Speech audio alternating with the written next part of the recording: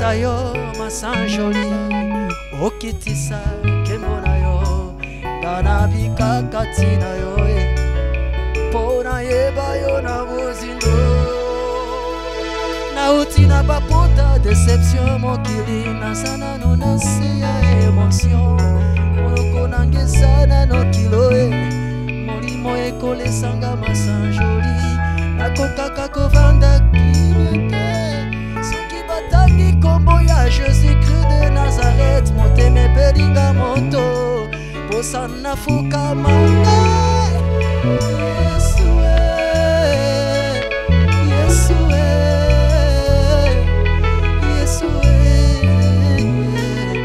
yo moninga malamu Yesue Yesue Yesue yo moninga malamu gayo yo nazana nwelenge na bolingo na yebinanga kolinga te olangwisi yanga motema bandeko balandi émission na biso mbote na biso toza awa na boulevard na 24 novembre wapesika toye na cimetière ya Gombe pona kosala pose ya Pierre Tombal ya mama Louise Mpaka oyo atika biso ça fait une année et l'on a libota na ye toye to rendre ba hommage mérité ndenge na baki to immortaliser ba parents na biso to immortaliser ba biso immortalisons nos parents. Donc aujourd'hui nous allons immortaliser maman Louise Mpaka Temo oyo wapi aza maman banebele maman moko malamu une maman très sociale et nous sommes venus l'immortaliser ici toko dévoiler Pierre Tombal na elelo na cimetière ya Gombe bongo lobi tozalaki na nécropole entre terre et ciel wapi sika togendaki ko immortaliser maman Henriette petite sœur na ye lelo toye awa pona maman Louise Mpaka Temo kolongwa awa tokokenda bona ndako kuna ya lemba mwa cérémonie moko kozala wana mwa kolia komela ndenge kaka ezalaka kasi tokota na kati ya cimetière pona cérémonie oyo tokosala awa to rendre ba honneur ekozala malamu mingi mema kufi lobi mote ate biso lobi tango motakufi to kantiata oya malamu azeye kosala to honorer na stance wana yango tozosala elongo na libota mbimba. Beaucoup de courage pa maman Yolande oyo autaki Londres yaki pe libota ya maman Louise Mubimba bozala makazi on a ataki futa tokoba reportage na biso yes yonde moninga malamu ya nabenga yo na kombo nini nabenga yo papa na bana nabenga yo nyonso motuya nabenga yo testamatalo nabenga yo fololo yangaye nabenga yo maya bomoi nabenga yo lipa na bomoi nabenga yo kwanga Yesu moninga nangayo ayebi ko bomba sekele moninga ya motema o ayaye moninga boye na mokili azate natikala se na yo masia o olongi motema nangaye bona yo na lapinda ye masia na kosala nyonso ekoki na moto kosala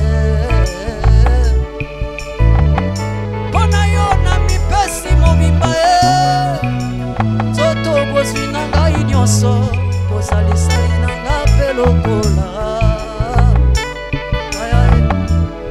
Yesu ya mabanzo Yesu ya molimo Yesu ya motema na ngai napesa yo nini masia o mbekani ya bomoi na ngai Yesu moninga na ngai yo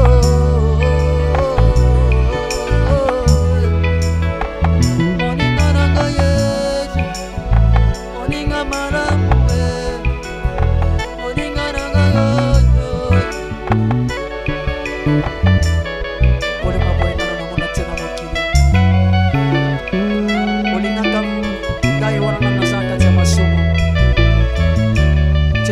par avance Jésus avant que na yeba yo Yesu yo mipesa mbeka pona ngana bika bolingwa boye na kozongo wapi Yesu na mabe na nga na masumu na nga soki na justice ya mokili ndenge ozala condamné par ton amour que osangani awa okombo ya tata mpe ya mwana mpe ya elimo santu mokonzi azala na bino bandeko ba bolingo. L'église qui tient le cimetière pour un lieu sacré veille à ce que soit béni le nouveau cimetière établi par la communauté catholique ou par les pouvoirs publics dans les pays catholiques. Notre église demande aussi qu'on y dresse la croix du Seigneur, signe de l'espérance et de la résurrection de notre âme. Voilà pourquoi que la grâce de Jésus notre Seigneur, donateur de vie et vainqueur de la mort, soit toujours avec notre monde.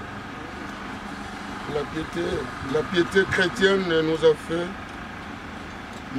nous a fait rassembler pour bénir ce cimetière. Un monument dressé pour notre maman, un monument qui symbolise la grandeur de sa famille qu'elle a laissée ici au Congo. Nous avons préparé nos frères de faim, ce lieu de repos. Levons les yeux vers la cité du ciel, regardons le Christ, mort et ressuscité pour nous. Il nous a demandé de l'attendre comme des veilleurs, qu'il nous reçoive avec bonté au jour de la résurrection. Prions le Seigneur, Dieu qui fait de tes fidèles l'Église en marche sur la terre, pour les accueillir dans la demeure éternelle du ciel. Regarde la famille de Maman Louise qui se rend maintenant au cimetière et fait que ces lieux préparés pour notre maman soient pour elle un rappel de la vie à venir dans le Christ. Lui qui rendra son pauvre corps pareil à son corps glorieux.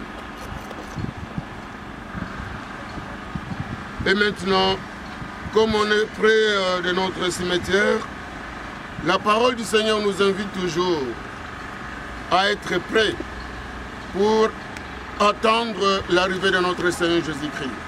Et peut-être nous allons commenter cette parole tout au long de la célébration eucharistique. Mais ce qui nous est cher aujourd'hui, que tout le monde sache que nous sommes des grands voyageurs. Notre Seigneur Jésus-Christ. Tika Tenzamba Zalimo Konzi, Asunga pe asalisa biso, pote na bobenisi, esika lokumu ya mama na biso azali kozala sekwa bawa, ba Kristu na bana na baninga na bayebani, bayeba kososolo nini ye azali kosana kati ya mokilimo. Esko yei pona kolaka ete Nzambe azali mokonzi mpe mobikisi. To ye na mokilimo ye po tosala mpo elingi yo moko. Pamba te boko baike bakosala makambo lokola ye moko alingi. Nzokande vi wana toza na yango oziongo na maboko ma Nzambe. Lokola oziongo na maboko ma Nzambe pesa ye lokumu. Tango opesa ye lokumu ye pa kobosa na yo te. Yango nde wana lokola mama na biso Louise apesa ye Nzambe lokumu. Na olenga pesi ye libota. Na olenga pesi ye baninga pe bayebani. Sika wa toyingisa miawa pote to benisa esika ya ye. Tosambela mokonzi. Dieu de qui vient tout réconfort, qui has établi dans ta justice que nos corps mortels formés de la terre retourneraient à la terre, mais dans ta miséricorde. Tu as changé cette loi pénible en témoignage d'amour. Tu as accordé à Abraham, le père des croyants, une sépulture dans la terre promise. Tu as exalté le dévouement de Tobie à ensevelir ses frères. Tu as voulu que ton fils unique soit déposé dans un tombeau neuf, d'où il se révélerait vainqueur de la mort et gage de notre résurrection à venir. Voilà pourquoi, Seigneur, nous te prions, par la puissance de ta bénédiction, que ce cimetière de notre maman, construit à l'ombre de la croix, peut, pour recevoir nos corps mortels, soit un lieu de repos et d'espérance. Qu'en ces lieux, le corps de notre maman repose dans la paix, jusqu'au jour où il se révélera immortel lors de la venue glorieuse de son Fils. Qu'en ces lieux, la pensée des divins s'élève vers l'espérance d'éternité.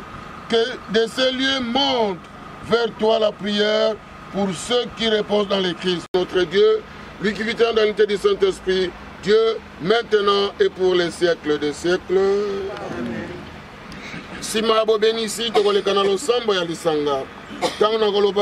Acclamons-le et supplions-le. Tu es notre vie et notre résurrection. Ô Christ, Fils de l'homme, en mourant sur la croix, tu as associé ta mère à ta passion.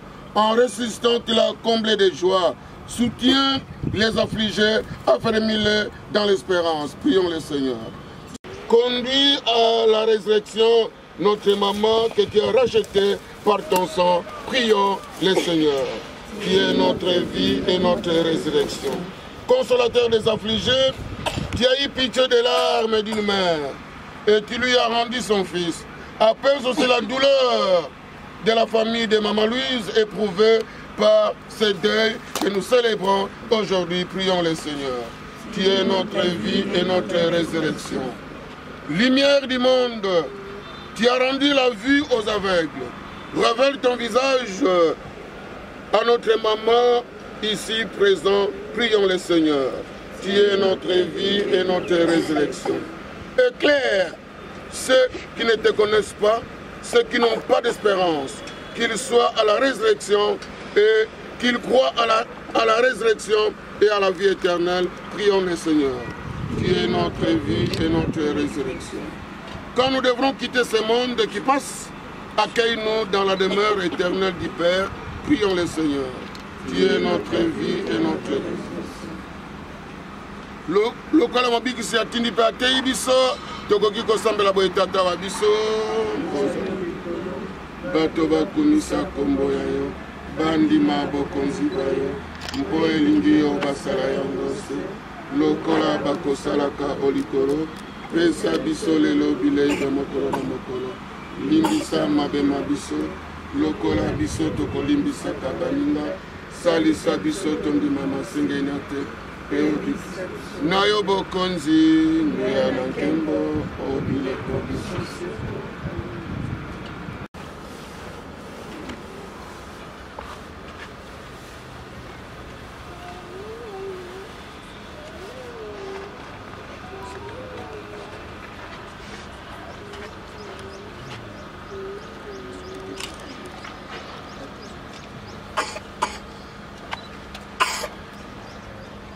Masumu maye olimbisa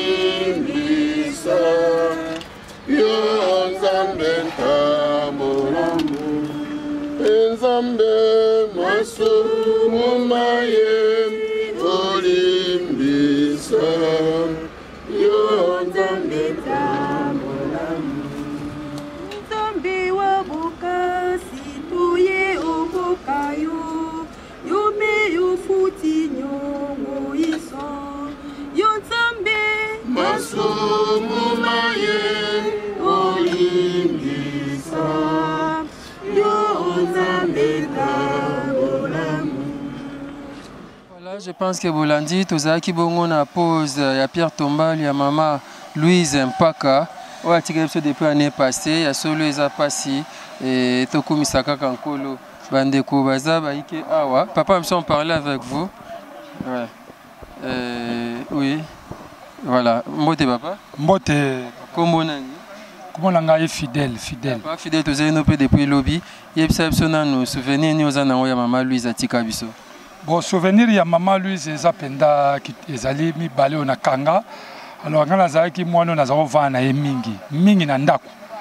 Alors yebisanga biloko mibale, biloko moko yebisanga lobi mona pasi na bana yo ni maolata lipapa pona bana ni mabaseka yo pona bana lobi okosepela eloko na kanga yango et puis ya mibale yebisanga bi oza na mwana moko aza na 5e so ake 6e ngamona azwa responsabilité ya mwana wana tango pa ke mwana ke 6e mama ye kozwa maladi na ndenge nzambe abenga mama.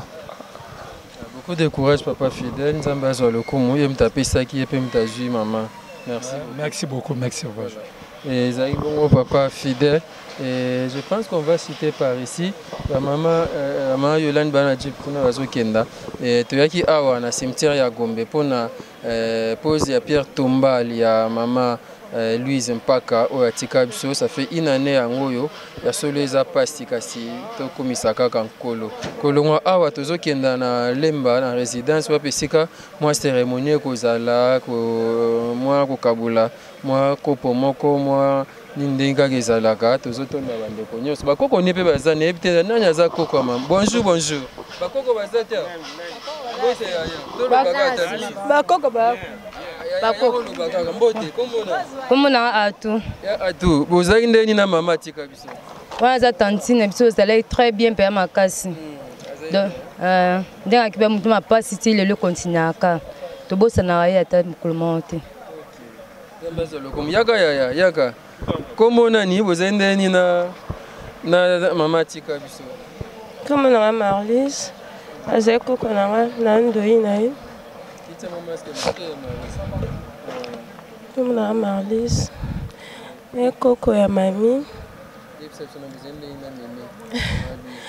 na hôtel de machine à âge à 3 ans na faina boko ninga tina komi na âge à 26 ans pour akufia tikinga azeko kona kata zaki mama na maman a camarade.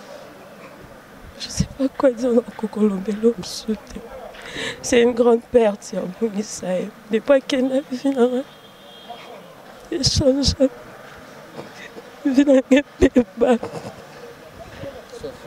Sois forte, beaucoup de courage. Voilà, elle n'arrive pas à parler. Elle est donc la petite fille de Mémé Louise qui est partie. Rendons grâce à Dieu. Après ici, nous allons directement à la résidence à Lemba, avenue Foix, où on va organiser une petite cérémonie dans le cadre d'honorer la mémoire de maman Louise et maman Ariette qui nous ont laissé. Et cette triste disparition nous fait très mal. On est de cœur avec toute la famille. Vraiment beaucoup de courage à vous. On poursuit ces reportages avec Nathan Kifuta. Likanisi liboso Nzambe ayamba milimo ya mama mpaka na mama Lusukamu Louise na Henriette bainga molongo ya ba Christ omolonga bana ba Nzambe pe bayaba kosekwa elongo na Yesu Kristo na mokolo mosuka losamba na misami balezali ete esika mama na biso bazali bayaba kosambela pona bino natina ete bobosa na nzela Nzambe te tango toti kuna na cimetière mama kazo kabola ngai lisola lobi mokili ezali se pamba tata moza kobenga na kombo na bosa ni kombo ya ye azalaki mutu munene sikawa azali wapi yango nde Louise na mama Henriette basambela pona bino na tina te bozala bana bato bayebi kolanda Nzambe na bango pe koyokisa Nzambe esengo ya misato tokosa mpona biso bato tikali awa mokristu moko na moko ayeba kosala shua ete tanga nazali kobika soki nabosani Nzambe na mokolo mosuka na kozala bolokolo eloko pamba na mokolo mosuka Thomson ekolekanga na valeur na mokolo mosuka fufu ekolekanga na valeur mpona ni bakolia fufu bakolia Thomson me biso ki tobosani nzela Nzambe na mokolo mosuka kuna nde bato bakolia mino mpe kozika na moto e mokonzi Nzambe yo mobatela biso bokasi ba biso losambo la eklezia na uti na yo ndima lango maso tosengi yo opesa biso mango Nzambe la Kristo mokonzi wa biso lelo lobi obileko biso seko tovandi abukili yango apesi baekoli baye alobi kamatani bolia yango bino banso ezali nzoto ya ngai na kokaba yango po ya bino.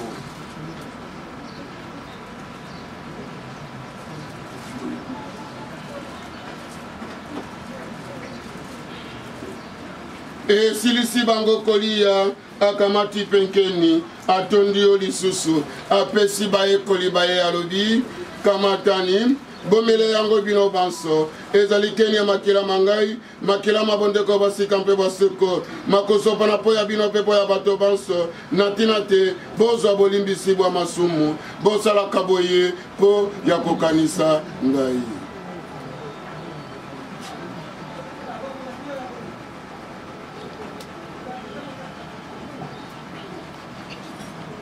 Mokonzi Yesu tokoyamba solo owe osekwi okozonga na nkembo e mokonzi nzambe tokanisa liwa pese kwa ya mwana wayo tokobonzela bile ibiko pesa bomo ibalo biko tokotondo nzambo bengi bisa boya kokumisa yo tokobondela yo ekokola biso nzoto na makela ma Kristo elimo santo asangisa biso tokomase moto moko mokonzi elimo santo asangisa biso tokomase moto moko elongo na ngondo mo Santo Maria moboti wa Nzambe elongo na Santo Jose molongani wa ye elongo na bapoto pe na basanto bayo banso bazalaka bandeko bayo awa ose bongo tokumisa pe tokembela yo na Yesu Kristu mwana wayo wa bolingo po ya Kristu elongo na ye pe okombo ya ye tokopesa lokumu pe nkembo na yo tata wabokasi bonso ozana limo Santo Nzambe moko obileko biso seko lokola mobikisi atindi batei biso tokoki kosambela boye tata wa biso ozali likolo bato bakumisa kombo ya yo bandima bokonzi kolo na mokolo limbisa mabe na biso lokola biso tokolimbima masengenya te tukobondela mokonzi bikisa biso mabe tu oya kolokola masumu bato mokonzi ngai nde nani te oyimbela ndako ya ngai loba seli loba lioko nzoto na makela ma Yesu Kristo bisalisa biso po te tozwa bomoi balobiko amen.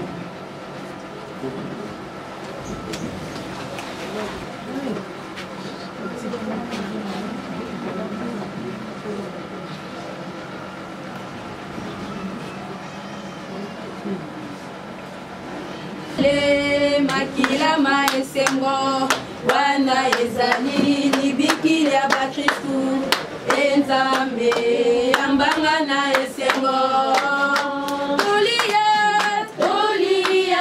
nzoto ya mokonzi tomele makila maesengo wana ezali libikili ya bakristu enzambe yambanga na esengo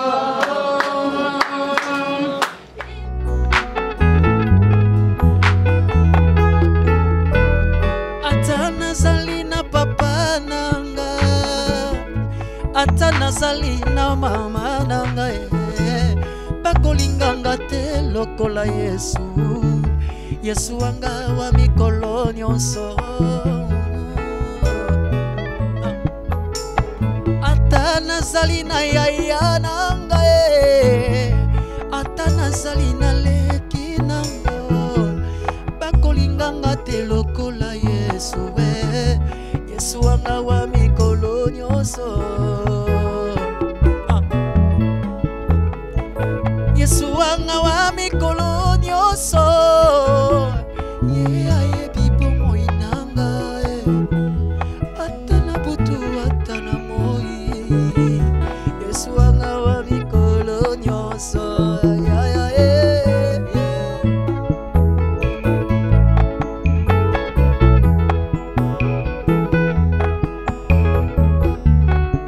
Yesu aza bolingo ya solo ai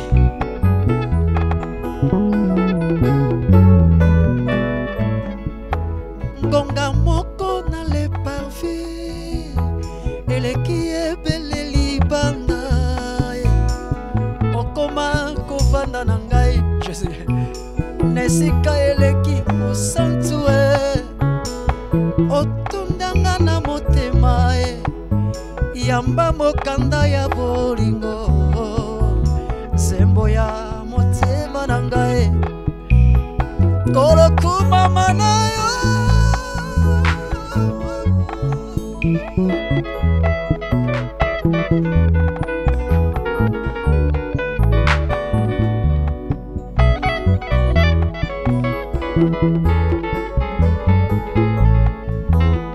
Yesu wanga wa mikolo nyonso yebi bomo inanga atana butu atana moi Yesu wanga wa mikolo nyonso ay Yesu wanga wa mikolo nyonso un cimetière et puis vous avez vu comment ça s'est passé la messe. On est là avec Pépé. Et bonjour Pépé. Bien. Bonjour. Bonjour, bonjour. Pépé, aujourd'hui on était au cimetière. Je pense que vous avez vu comment ça s'est passé. Et quelles sont vos impressions par rapport à la journée? La journée a été bonne, mais ce qui fait mal chez moi, c'est seulement la perte de ma femme. Moi, je peux dire que je peux supporter ça. Et mes enfants supportent ça. Les enfants ne supportent pas ça. Tu as entendu l'autre là qui venait de dire que moi, je n'étais pas là, maman, tu es partie. Au lieu de nous embrasser comme d'habitude, tu n'es plus là. Maintenant, ça me fait mal. Moi aussi, ça me fait mal quand j'entends ça. Ça me fait très mal. Donc leur maman est partie. Bon, ils disent que nous nous sommes mariés depuis ça fait 6 ans déjà que nous sommes. Alors. Là, les mariages religieux, vous voulez parler? Oui, religieux. Moi, je ne peux pas parler de mariage, pas ma femme, non. Religieux, moi, je suis catholique. Hein. Vous êtes catholique. Mais vous êtes rencontrés depuis quelle année? C'est mon oncle qui s'est rencontré avec. C'était à Mama Yemo. Ils sont allés voir ma soeur qui était malade, celle qui est derrière moi, là, qui était malade. Alors, ils se sont rencontrés là-bas. Ils ont dit, nous avons trouvé une femme qui te convient. C'est une maîtresse. Elle a terminé à Golo. Alors, moi, je me suis dit, bon, je vais la voir d'abord un dimanche. Vous connaissez vous ne connaissez pas notre avenue sur Libaya, 42, oui. Elle est venue chez son oncle là, 41. Alors on s'est rencontrés, ils ont demandé à cette femme-là de venir me voir. Ma mère m'a dit, elle ne te convient pas. Ngabé convient, elle a étudié, elle a son diplôme, ça va. Ça me convient. Nous sommes, à partir de ce moment-là, dès que nous sommes vus, je l'ai aimé. Vous êtes tombé amoureux de maman? Non, Moussendi. Il ne faut pas dire ça. Okay. Oui, je l'ai aimé. Aujourd'hui, si, par exemple, si mon fils dit non, c'est moi qui l'aime beaucoup parce que moi je l'ai vu, toi tu n'étais pas là. Tu n'étais pas encore né, tu vois. Alors, c'est difficile. C'est difficile. C'est pourquoi j'ai dit, la journée d'aujourd'hui, elle est bonne pour moi, mais pas pour les enfants. Les enfants, c'est leur maman, vous comprenez que c'est difficile. Moi j'ai perdu mon père, j'ai perdu ma mère. Mais ce n'est pas la même chose comme je viens de perdre ma femme. Ça me fait très mal maintenant quand quelqu'un perd son père, sa mère. Ce n'est pas la même chose. Vous avez fait combien d'enfants avec 6 enfants? 6 enfants. Et c'est vrai, vous avez passé une vie commune avec maman, bien qu'elle est partie. Aujourd'hui, on a déposé la pierre tombale sur sa tombe, et paix à son âme, et que son âme se repose en paix. Oui. Un souvenir, peut-être, vous en avez encore? Souvenir, le souvenir que j'ai pour cette femme-là, elle était vraiment organisée. Moi, je n'étais pas organisé. C'est elle qui faisait tout ici dans la maison. Mes amis, mes habits, mes histoires, c'est toujours elle. C'est une femme qui sait comment faut-il vivre avec un homme. Quand je tente de temps en temps, je lui demandais pardon, elle regarde un peu, je dis, voilà, vraiment c'est un bon souvenir. Et puis j'ai entendu ici des gens qui disaient que maman, elle donnait l'argent aux enfants ici, hein, qui s'étaient chassés de l'école ailleurs à Bengi Bango. C'est combien? 55 000. Elle donnait ça. Vous voyez, c'est une bonne femme. C'était une bonne femme pour moi. C'était une bonne femme que je continue. C'est vrai, ça fait très mal. Aujourd'hui, les enfants ne sont plus ici. Ils sont dispersés, chacun chez lui. Et qu'est-ce que vous pouvez leur dire après la dispersion de leur maman? Après la dispersion de la maman, qu'est-ce que j'ai envie? Dire aux enfants un message.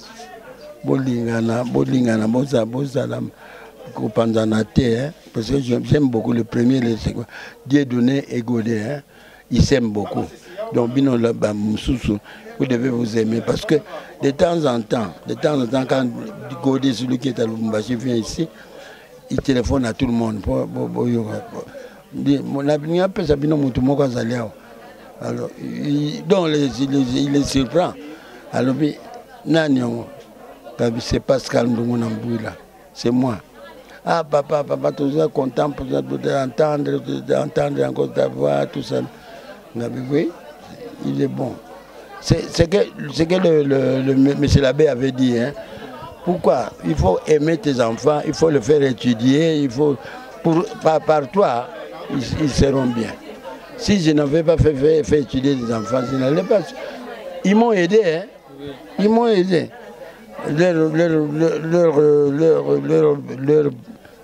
Non, quand ils ont trouvé le terrain là, moi je ne savais pas. Moi, tous les Bakongos disaient que Congo. Alors, ils sont venus, papa te trouvait le logo Mogo, $1,300. Tu as combien? Moi, je leur ai donné mon chiffre à moi. Et ils ont mis la différence là. Ils ont acheté le terrain, $113,300.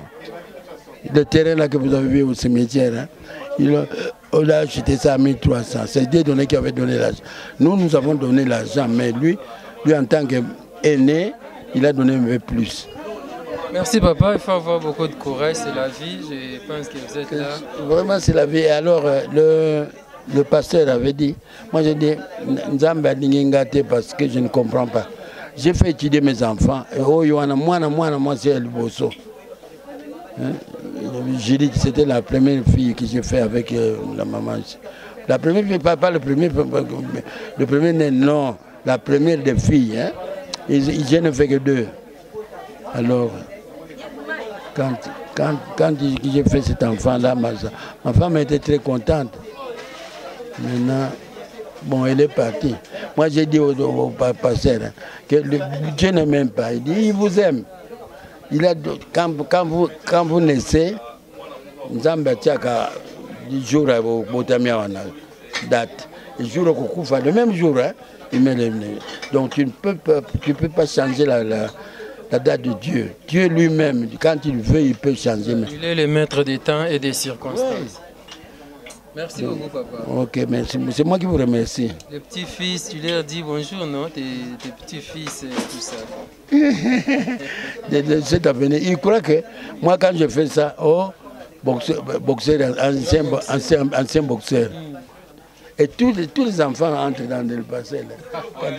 Quand boxeur. Je ne suis pas boxeur. Merci, ancien boxeur. Allez, faut taper comme ça. Ancien boxeur. Sakanaka. Merci. Ancien boxeur Azoleka. Vimba.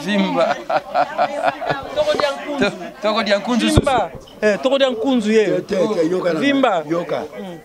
C'est on a bimé wa. Bano ba chama kene. Ancien boxeur. Eh bien voilà, nous sommes ya solo tozoli la teme tozo honoré Maman Louise Oatika biso. Tona moko ya banani awa. Mayoyo, bonjour. Bonjour papa.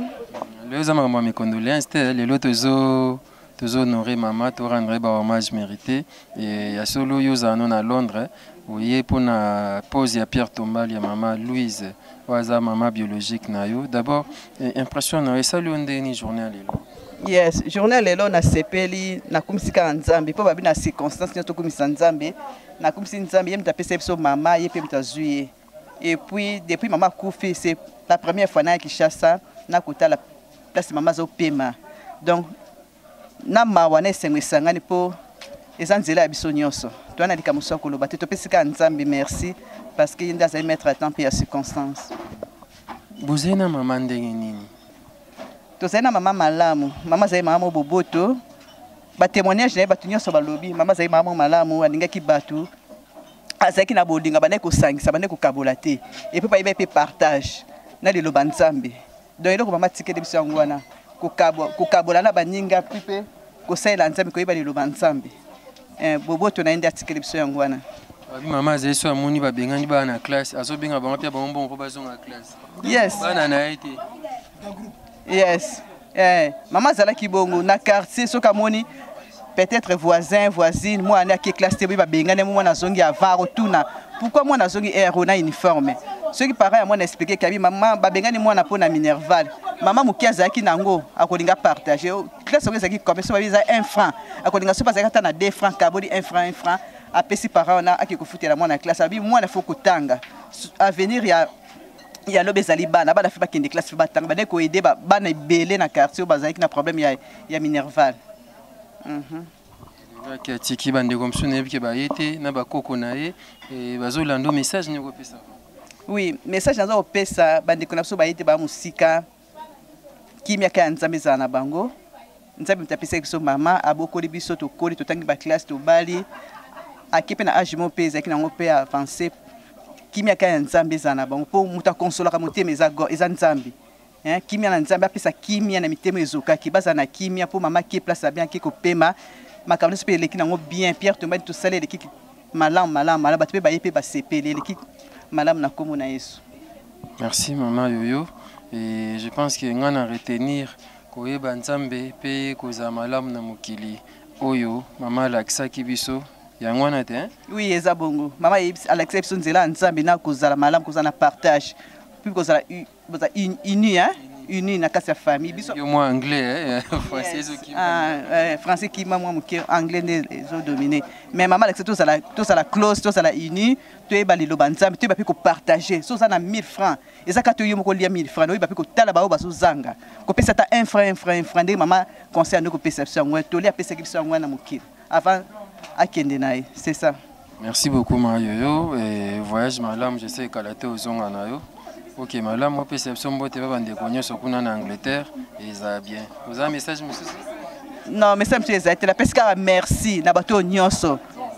Ba ko participer cérémonie ya Pierre Tomba ya mama o ba kenek na na cimetière et bandeka l'été bandeki lobby pas maman qui Henriette. Après tu escole pas maman Louis bato nyonso ba participer na biso nzamba pambola bango. Nzamba pesa ba akokisa ba posa mitema la bango nzamba batela ba pesa bango longue vie. Merci na bato nyonso. Merci beaucoup maman. Maman Yoyo, maman Yolande, biso benga bamba Yoyo eza bongo. Merci vraiment et merci na bande nyonso balandi biso lelo. Merci na libota mubimba eza famille. Famille Ndunguna. Famille Ndunguna Mubimba partout bisika bozali na Lubumbashi wapi tina Bangola partout nzambe azamina pesa mna makasi nde mama yo alobi vraiment on est ensemble on est de cœur avec vous ezaki bongo biso to kendaki na pause ya Pierre Tomba ya mama Louise Mpaka Temo o azabongo mama yo mama na biso nyonso bana lemba tolelaki mama année passée lelo to komisi nkolo to rendre grâce pour 1 an depuis mama tika kebiso 2 ans. Après 2020, c'est que tu as 2021. Yes. 1 an, yeah, 1 an. 1 an, 2020, 21. Akufa kisko to la 2021. Asali. Fidèle nga Kostanga 1 an yango depuis maman akufaki, nous rendons grâce à Dieu. Merci pour ça, merci à vous tous qui nous avez suivis. C'était donc la pause de la pierre tombale. Il y a maman Louise Mpaka Temo oyo to lelo to zanya cimetière à Gombe, to uti Gombe, to zonga awa bomona gi mes ndenge legaki pe nyoso leki kitoko. Merci à vous, on se retrouve très prochainement. Bye. Bye bye.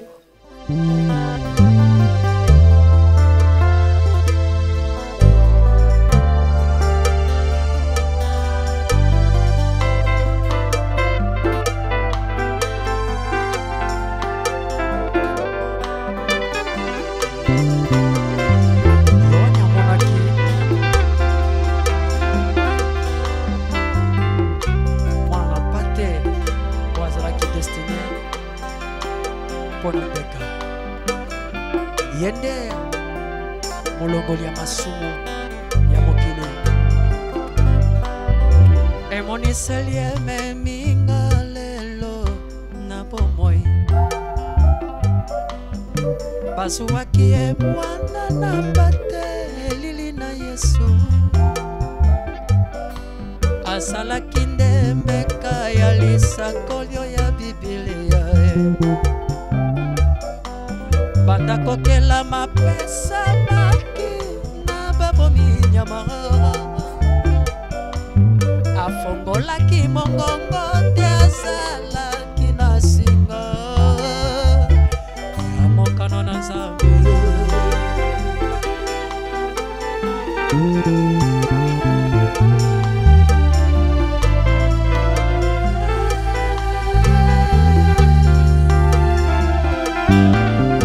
bikela moya likolo pe na setowelaka bomoi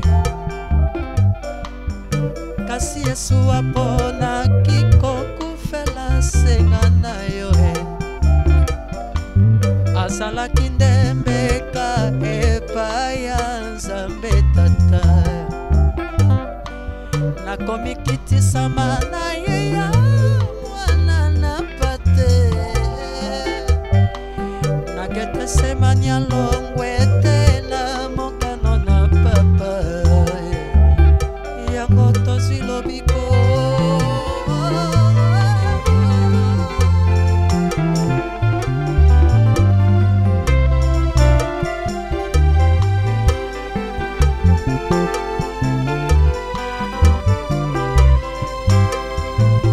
biso weli bomoi nanya kondima singa oya kufa na kingo na ye soki mwana na pate na Nzambe te Jésus-Christ de Nazareth bikela moya likolo pe na se towelaka bomoi kasi Yesu aponaki kokufela senga na yo asalaki ndembeka epai ya Nzambe Tata nakete semanya longo ete na mokano na papa na ye nakomi kitisama na ye ya mwana na pate nakete semanya longo ete na mokano na papa yango nga na yo tozwi lobiko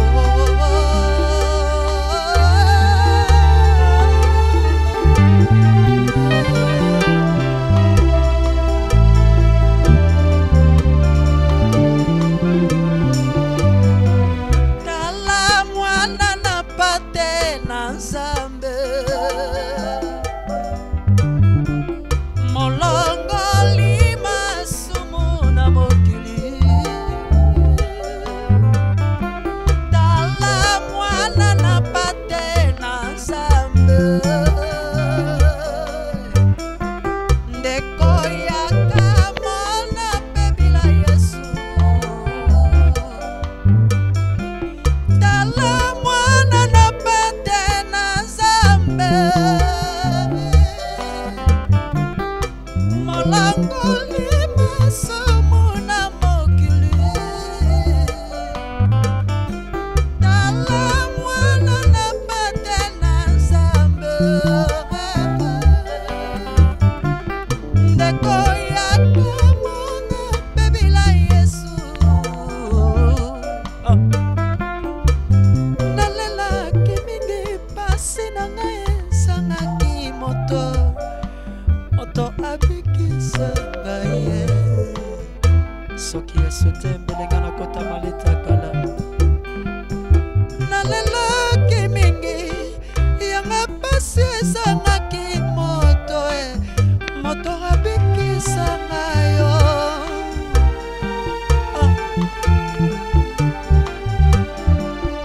asuwa makite na mabele oyo akokaki kosombela ngai kosomba bomoi ya seko soki Yesu te